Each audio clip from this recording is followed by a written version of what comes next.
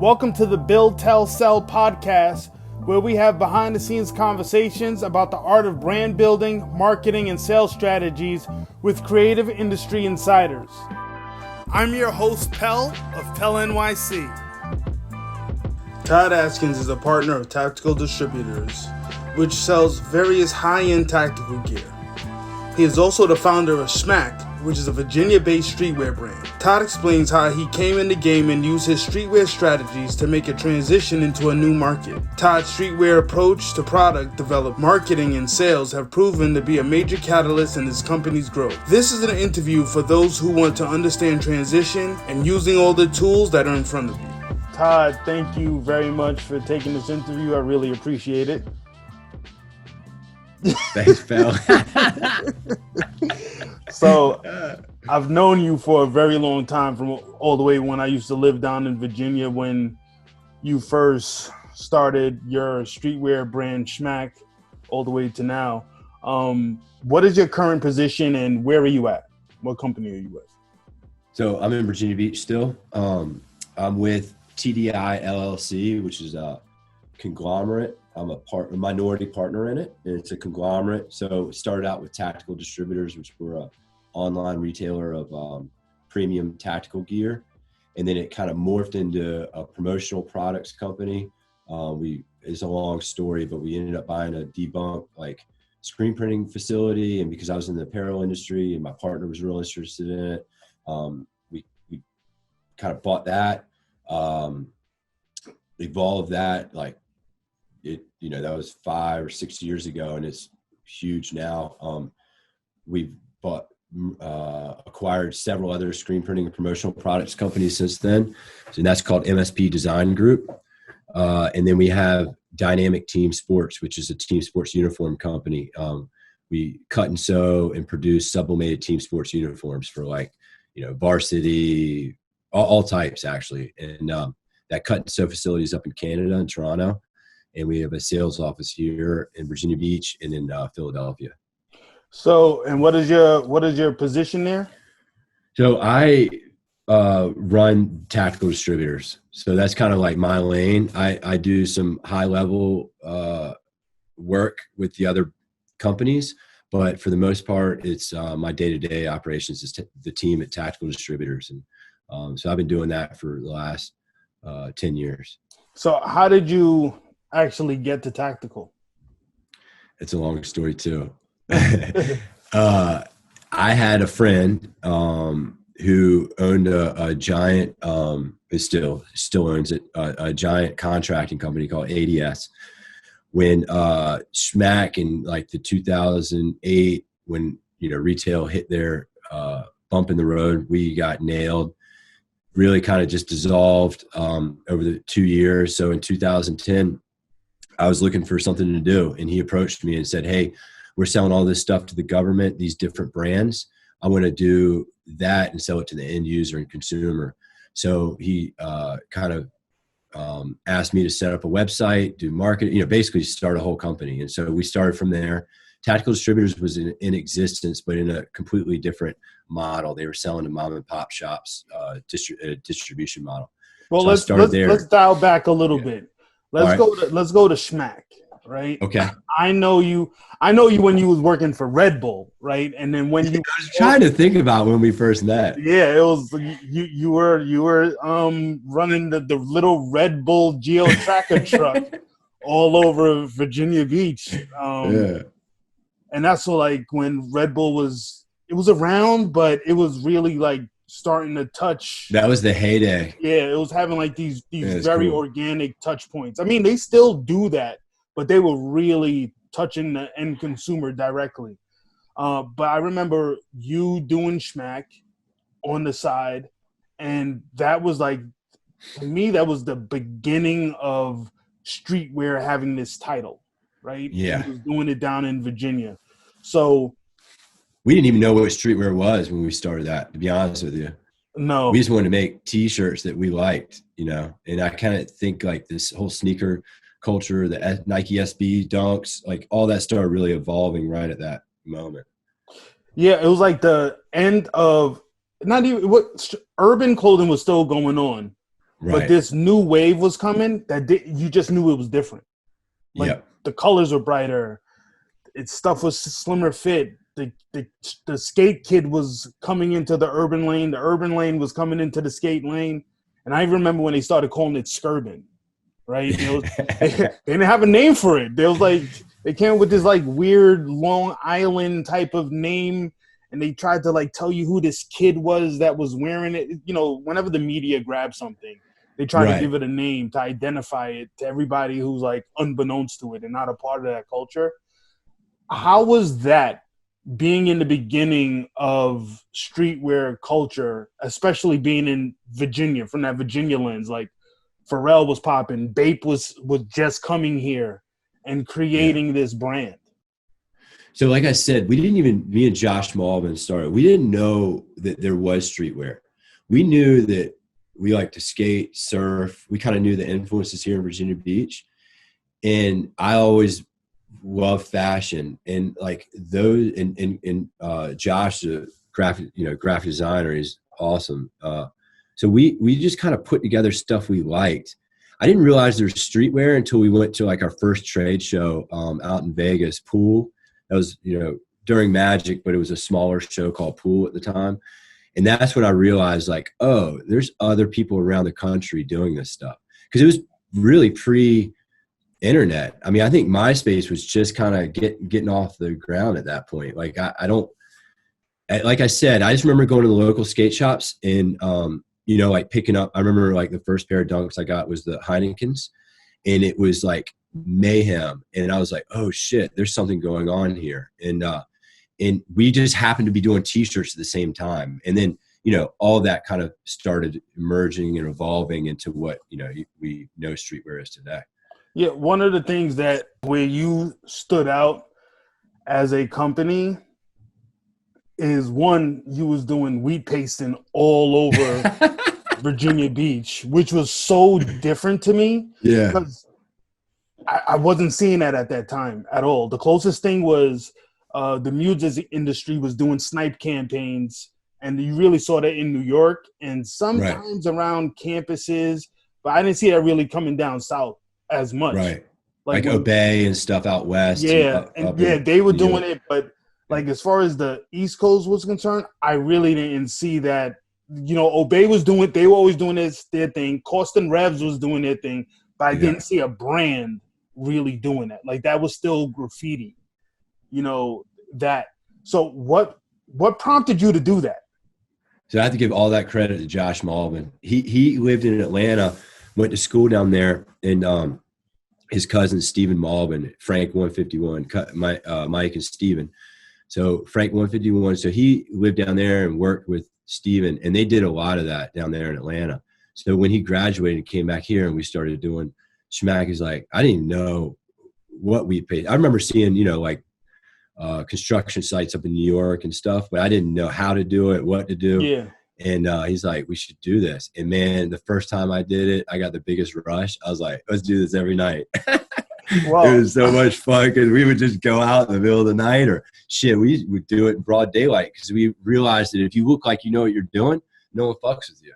Yeah, well, and let's really dive into Josh Malvin. Super creative, still doing stuff. You need to get him on here. Yeah, he's still doing amazing stuff down in VA, like rebranding companies and all of this stuff. But also Mike Malvin, people need to understand, like Mike Malvin, Steve Malvin, Frank 151. First it was Frank ATL. Steve is now doing Malvin Golf.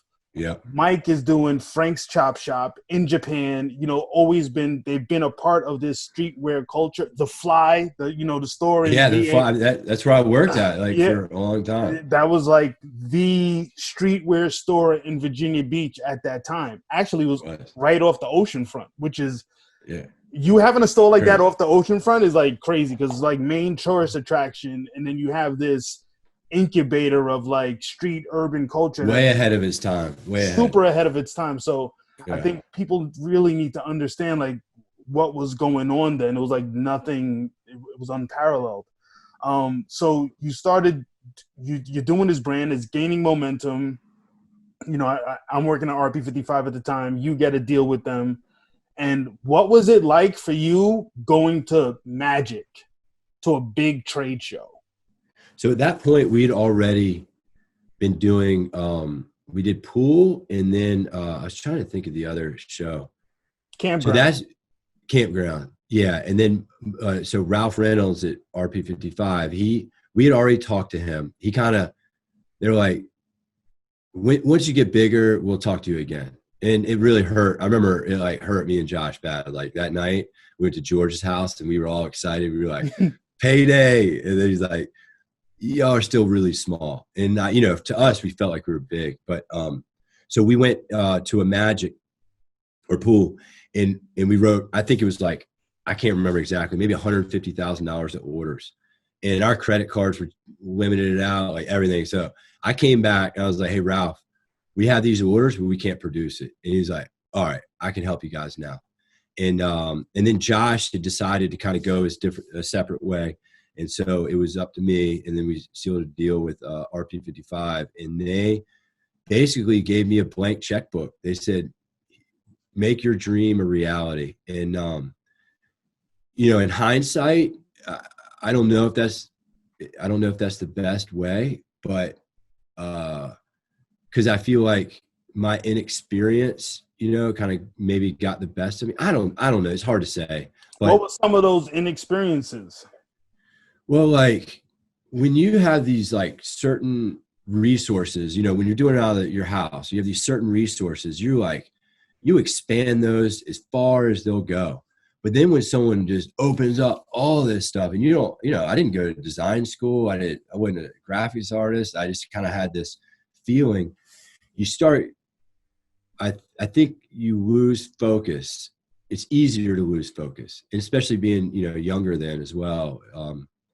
I didn't realize that there was pitfalls, and some of the pitfalls is, like maybe you do want to make a shoe, but is your brand ready for a shoe? Or, do you want to make bags? Bags is a whole different design. I mean, it's completely different than making jeans or t-shirts. And so that's what I mean. And I don't regret anything I did, because I've used a lot of those lessons today. I still do. But I know that it might have been better if I would have had a little bit more mentoring, and rather than just me, a kid in a candy store grabbing everything. Got you. Yeah, I remember when your brand was like really popping in Virginia Beach at this unprecedented rate. And when you was first having those conversations with Ralph, and all due respect to him and the crew down there, because they've done amazing things, and he would ask me and Rob like what we thought about the brand. We was like, this is about to pop. You better jump on board with this. I know. I owe you and Rep. Hugh. I mean, you guys really helped make that. Nah, but the thing, it's not even about that. It's just, my point isn't about credit. It's about you just having something that was so infectious that we wanted to wear it at the job. Yeah. Right? Yeah, like, cool. and we wanted to, and then we took like your posters and we put it up in the design room. Right? It was like our silent protest, like, man, this shit is banging.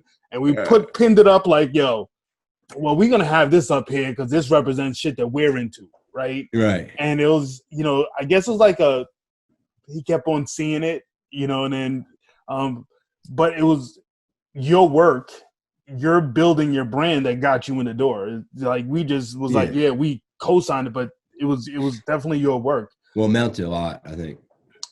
No, thank you. But as far as like you wishing that you had some mentoring, some of those things that you learned along this way, what are some of the things that you've learned that you actually still use? Now you're selling military equipment, paramilitary equipment. What are some of those lessons that you learned in building the Shmack brand that prompted you, that is helping you right now? So when I got into Tactical Distributors, it was this market was so outdated. You would go to, similar sites like we have, and it'd be like a Microsoft site, like someone just built it out there. They're selling out of their garage, like army surplus type of stuff. And at that point, the wars were really, they were at the pinnacle. And so a lot of guys were buying just general infantry guys. Which war? Soldiers. Which one? Because we had a couple of them. Well, Iraq and Afghanistan. Okay, and gotcha. So guys were buying stuff that was better than what they were getting issued because they were uncomfortable. Wow. Yeah, so that's kind of like how we started. We were selling products to end users, the guys that wanted better socks, better boots, better jackets, better whatever, because they were out there using it and they wanted to be more comfortable and and be better protected. So we figured out pretty quickly that we could fill a niche. So we started carrying brands like Arc'teryx. They have it's called Arc'teryx Leaf, Law Enforcement, Armed Forces, Solomon Forces. So all these commercial, Patagonia, North Face, these commercial brands that actually make gear for the military and these tactical consumers. Another one's Cry Precision. They make garments that they don't sell to regular civilians? 100%. Yep. Oh, wow. 100%. Yeah, wow. Well, I got some stuff over here. So I can do a little show and tell. So like this brand, Arc'teryx, with the dead bird. So they make combat pant. It's like the pinnacle combat pant.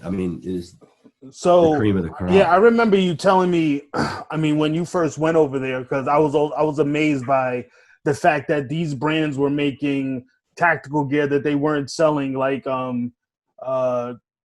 doesn't Burton also make some stuff, or Oakley? No, Burton. Oakley does. Yeah, Oakley has a whole Oakley. SI division. Yeah.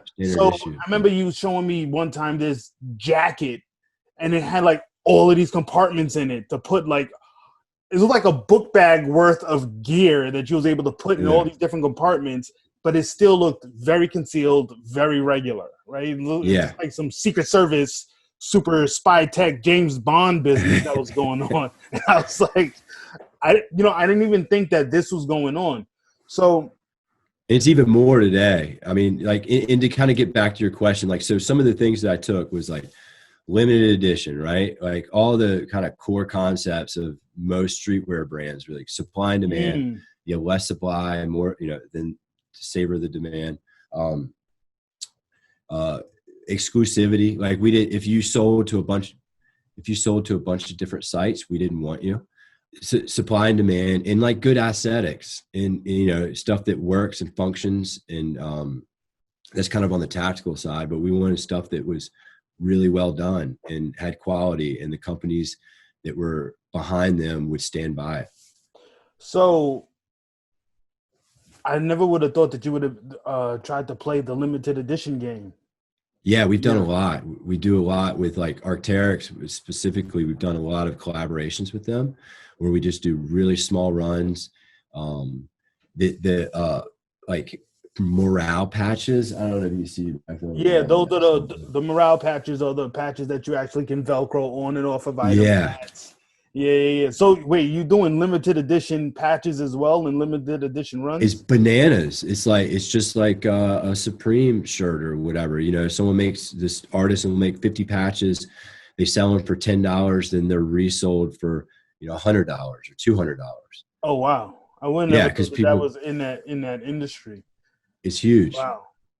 It's become more and more. And I think that, I was going to kind of bring this up, that when I got into this industry, I didn't know of any other streetwear guys that are in it. But then, as you kind of go along, there's quite a few that are well known in the streetwear, but also work in the tactical. Like who? DEFCON Vans, Birdo, DEFCON Vans. They did the syndicates. Vans, the shoe? Yeah. DEFCON. So there's a brand called DEFCON under there. Okay. I think it was under syndicate. Birdo. He's great dude. Been in the tactical world for a long time, probably even before me. He's the manager up at the Supreme store and worked for Supreme, I think, for a lot of years. He manages the San Francisco store, did that store opening. You got Alex over at London Bridge Trading, which is a Oh, really yeah, premium. yeah. I know Alex. Yeah. Alex and Dennis over there. Alan over at 12 Ounce Profit. He's dabbles in it. You know, so you come across different people that were in streetwear or still in streetwear that work in this industry. Wait, is Berto the guy that you told me about from the Brooklyn Navy Yards doing all of that tactical camo and all of this stuff? No, that's Cry Precision. Oh, So yes. yeah, Yeah, I that's know. Ernesto. Yeah, I know. He's the Yeah, brand manager for yeah, Multicam. I still got to introduce you guys. yeah. It's so interesting that there's like so much crosstalk between these different industries and bringing cool into play. So let me ask you, how would you describe the personal brand of Todd?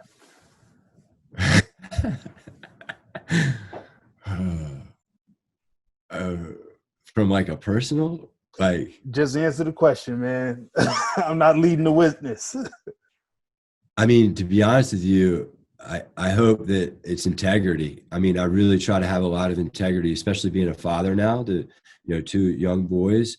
I'm an employer, I'm a partner. I hope that it's integrity. I mean, that's what I really try to strive for. Okay. I know that you're also relaunching Smack right now. What prompted you to do that? So Frankie Collins, which he childhood friend, great, amazing graphic designer. When when Josh kind of left Shmack, Frankie came on and helped me out. It's like I don't have design skills at all. So Frankie did a lot of the designs at the beginning. Then I was able to hire him once we went RP55, worked through that. He ended up going back to wave riding vehicles, WRV, and did some other stuff. And then when I came on Tactical Distributors, I was like, hey, you want to come over here? And so he came on. So he does all the product design we have 3 in-house brands at Tactical Distributors, and does a lot of the product design, all the graphics you see. And we were over in Asia sourcing for the TD Tactical Distributors brands. And one of the makers over there was like, hey, I want to have a US brand. This is a year and a half ago. And I've been thinking like Shmack, like could be time to like do like a little capsule or something. Mm-hmm. I actually reached out to some retailers in Crickets. I reached out to them. I was like, hey, what do you think about doing a small capsule? You guys would get exclusive. And they didn't respond. So I just kind of had it in the back of my head. And this manufacturer over there said they wanted a US brand. So I was like, hey, Frankie, me and you become 50-50 partners, and then we bring it back. And we'll bring it back in a small capacity that we can still manage our day-to-day jobs, but, have a fun project. So we started with the first delivery. We just dropped 2 T-shirts. We've got a bunch more coming throughout the summer, and we have some cut and sew in the fall coming. Oh, that's great. That'll be very interesting to see that come back. What does marketing mean to you? It's a lot of different elements that come together that create your point to the consumer, and is from product placement. Well, I mean, I think it starts with the product, then it's product placement. Obviously now with social, you've got to have a social relevance there and have your brand recognition imposed upon every aspect that's going out. I mean, I'm a big, especially now being in the tactical space and designing and creating products for end users that I don't want to say their lives depend upon it, but their comfortability, like they don't have other options. When you're out in the field and something breaks, your zipper breaks, whatever, you can't just go and get something new or get it fixed. So I think design and quality really, that's a big part of what we focus on. And I think that is kind of the foundation of our marketing. Outside of on a digital platform, outside of Instagram, what are some of the things that you're focusing on? Doing Pel's podcast.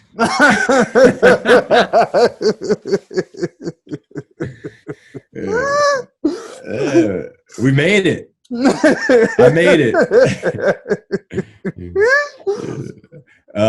I'm like, what we've noticed, it is kind of like resurgence of Shmack. Like we didn't have an Instagram. We didn't have any social. It's been dormant for 10 years.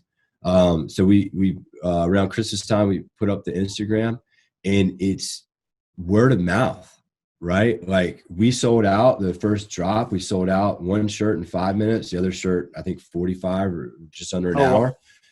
Yeah. And that was all word of mouth. It was just, we have 1,000 people. Like our Instagram is very small. Like our Tactical Distributors, we have pushing 100,000 now, but, it's very small. And it was just people, I think, texting each other and going, and talking about it. And, that contagious aspect of, so to answer your question, I think social is still very strong. Obviously the hype channels, Hypebeast, High Somebody, and any of those, the reseller market, if your product is desirable enough where it ends up being on those, reseller markets, I think that's a great marketing strategy. I know that you can't be intentional with it, but if it ends up there, it really helps your brand. Also, whoever you actually sell to, that is marketing too. So you can say, oh, I'm in this store, I'm in that store, or what have you. So I'm a big proponent of direct to consumer, and that's what we're doing. Like we have 3 brands that, TD has that we've done for a number of years, all direct to consumer. And then Shmack, we're doing only direct to consumer. So I know Shmack was also big on doing, well, let me dial back.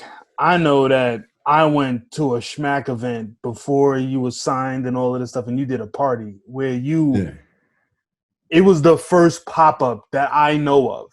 This is before pop-ups. It's like you did this party in a bar and you turned the whole environment around. How important is that in the tactical space? Are they doing pop-ups? Are they doing things of that nature? No. And we're working with the brand right now. And because of the COVID, we actually were going to do a pop-up in DC this fall. We had to put it on hold. We still plan on doing one. It was around an event that's going on there where a lot of our customers will be. But we were really excited about it, put a lot of effort, money. But, it's not gone. But no, it's not. And we are, though. I mean, we're going to do it. That's smart. From the tactical side, what have you learned marketing-wise that you wish you would have known back when you first started your streetwear brand? I think it's probably easy to talk about the parallels of it.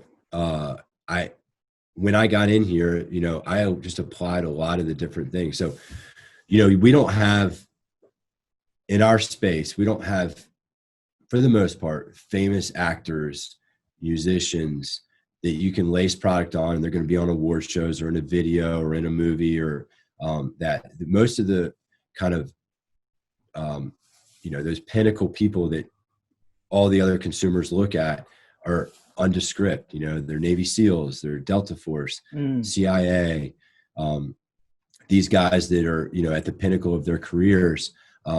So that was one of the things. But within the subcultures, if your stuff is on a famous weapons trainer and he has classes that he does, around the country on the weekends for civilians, and he's wearing your product, then he gets to touch those people. And those people look at him because he's the authority on weapons and how to perform under stress and how to shoot different scenarios. And so we started targeting those types of individuals that were kind of the tastemakers of tactical, if you will. The micro influencers. Yeah. So it's a little bit slower. Now with social media, with Instagram specifically, it's become much bigger. So it's a little easier. But when we first got into it, there wasn't that element. Yeah. As a kid, what did you collect? I liked He-Man a whole lot. For real? Yeah. For real? Yeah, I had the Castle Grayskull. I had them all. Yeah, man. All right. I don't know if I collected. I really liked He-Man, but I was like the kid that when I got some Superman underoos and my mom made me a cape. I wore that shit every day, ever. Like I just wanted to be those characters. I did it with the Incredible Hulk. I was a carpenter. I'd wear a tool belt around, this like gigantic leather glove, and nail nails into the furniture. Like into your parents' furniture? Yeah, my mom still talks about it. Like there's some steps you go into in the garage, and there's some boards where there's a little hole, crack, and there's still nails from me nailing into that crack because I couldn't, nail hard enough into it. Wow. Yeah. As far as the trade shows in the tactical world, I know it's way different from, trade shows in clothing because y'all are like looking at weapons and things of that nature. How important is it for you to understand that so you can market to your end consumer, like be engulfed in that culture? So our biggest trade show is called SHOT Show. It happens in Las Vegas. Because Tactical Distributors is a retailer first, what we have concentrated on for the majority of it is I go as a buyer. So I go meet all the different brands there, set up appointments, see their new lines or new hard goods or whatever they're selling, and write orders.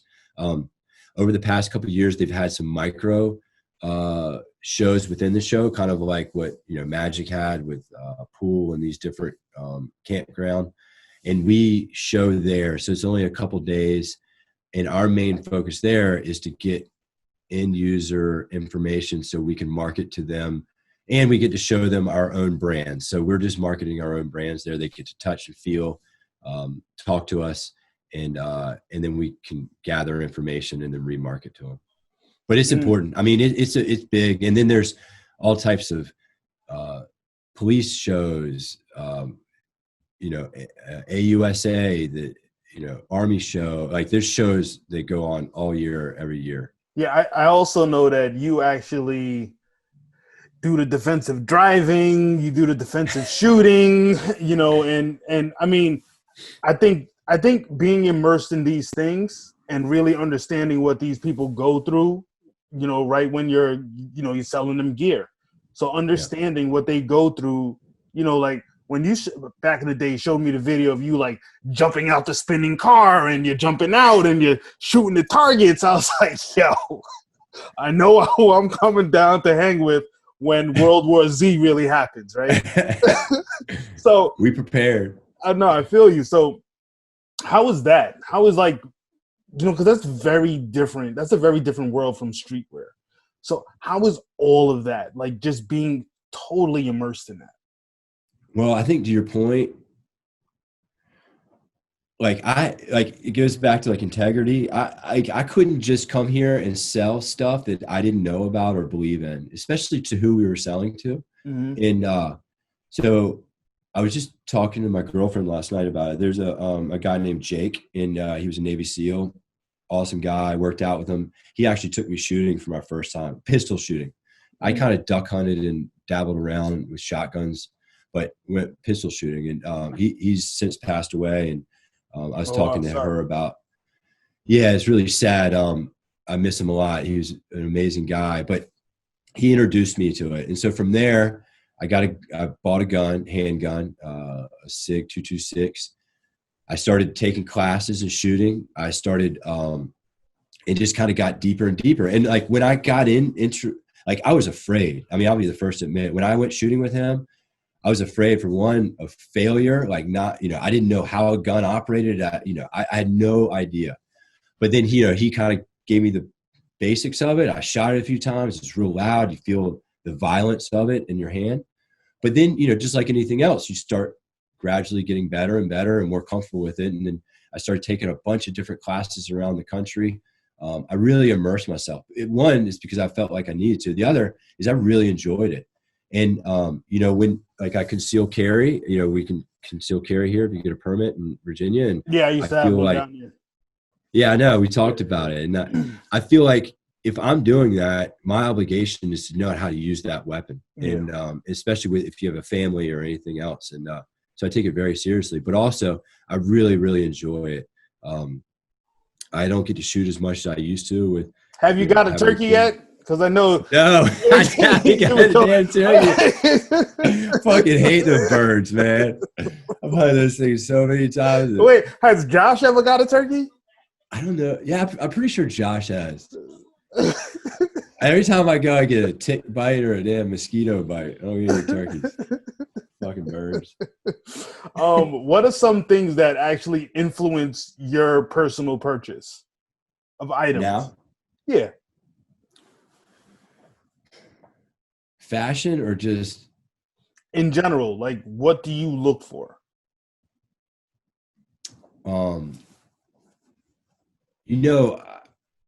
Aside from fashion, right? I look at reviews.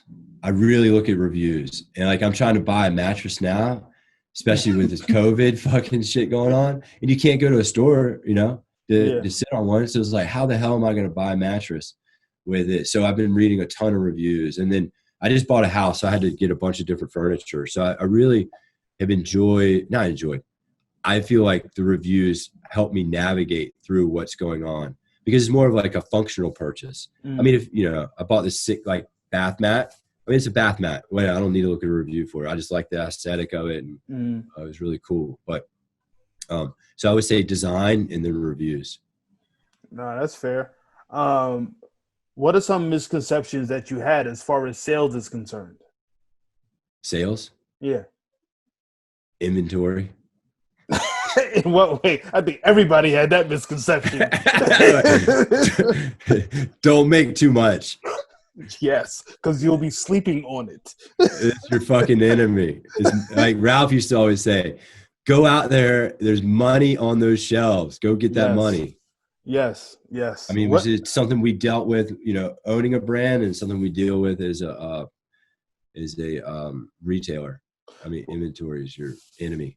Or, I mean, it can be your friend too, but it's, Yeah, usually he's the bad guy get in greedy. the room. Yeah. Yeah. What is your definition of a good sales rep? Personable. Well, I'd say personable and follows up. I was just talking the other day about a guy, and I was like, that guy always follows up. I was like, he's not a sleep dude, whatever, but he follows up. He's like, hey, I'm doing my job. I'm a sales rep. I want your business. I'm going to follow up with you. Yeah, I agree with that. It's very important for you to follow up, get on the call, not just send a bunch of emails, but really go knock on some doors. What's some advice that you would give to a new brand trying to get sales? I feel like when you come up with your brand strategy, you have to have the product, and then you have to have the sales channels, whatever that channel is going to be. And how are you going to get, break through into that channel? And, it's baby steps. Unless you've got and I don't even know if a gigantic budget, I've never had a gigantic budget to work with, so I don't even know how that works or if it does work. But I would say it's baby steps, and just figure out who your consumer is and where they're living at, where are their eyes, and how can you tap into that? I think ultimately that'll create the sales. It's a different world from like when we started out in the fashion industry. I think it's good and bad. I mean, there's a lot of competition out there, but I feel like a lot of people are eating. They might not be eating as big as a lot of the past brands, but people are making good livings.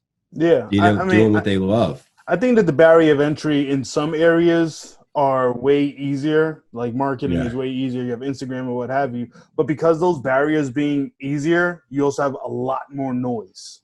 A lot more. And you have to pierce through that noise. You have to be very different. You have to be very niche. And that's where the creativity has to really come into play. And the product, right? At the end of the day, the product has to stand up on its own 2 feet. Well, that's always. Yeah. You can be as cool as you want to. Eventually, it's going to come down to your product. Like, people are going to get that, and they're going to say, hey, this is trash. Or they're going to say, wow, this is like beyond what I expected. Right?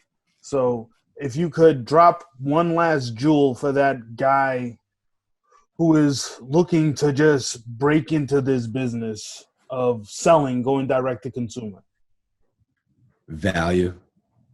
Create value for your consumer. like I know in our 3 Tactical Distributors brands, so we have TD Apparel, Battle Briefs, and MTHD. That is like, that leads the conversation in every piece of product that goes from, you know, design to manufacturing.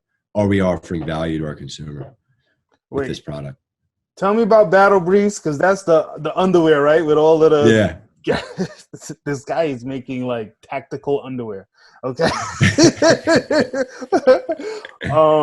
So lastly, like, let everybody know where they can find you on social, you know, for Shmack. It's so it's for Shmack is shmkva.com. I mean, not .com, shmkva on Instagram. Todd Askins, Askins on Instagram. Tactical _distributors on Instagram. And that's it. I mean, I have a Facebook page, whatever. Instagram is where it's at, man. Yeah, dude, I can't handle, my stress level can't handle Facebook, man. It's like, yeah, you need a marketing person just to handle all of your different social handles. Like, that's a real job. So Todd, I really do appreciate the time. I really do. Pel, you know, man, I love you. Like, you're an amazing guy. You've been there for me through thick and thin. I know you've been there on a personal level and a professional level, and you're an amazing man. Oh, always. Thank you. I appreciate it. Maybe one day I'll don on some camouflage and go out and miss some ducks with you. Come on, let's go. Let's get it. All right. Thank you. All right, brother. Thank you so much for tuning in. The show is available on video at PELNYC, IGTV, and YouTube, and audio in iTunes, Apple Podcasts, Google Play, and Spotify. Please subscribe to the show, and if you feel so inclined, leave us a 5-star rating, and please leave a comment for your thoughts on this episode's insights and ideas. And most importantly, please enjoy life nurturing your creativity.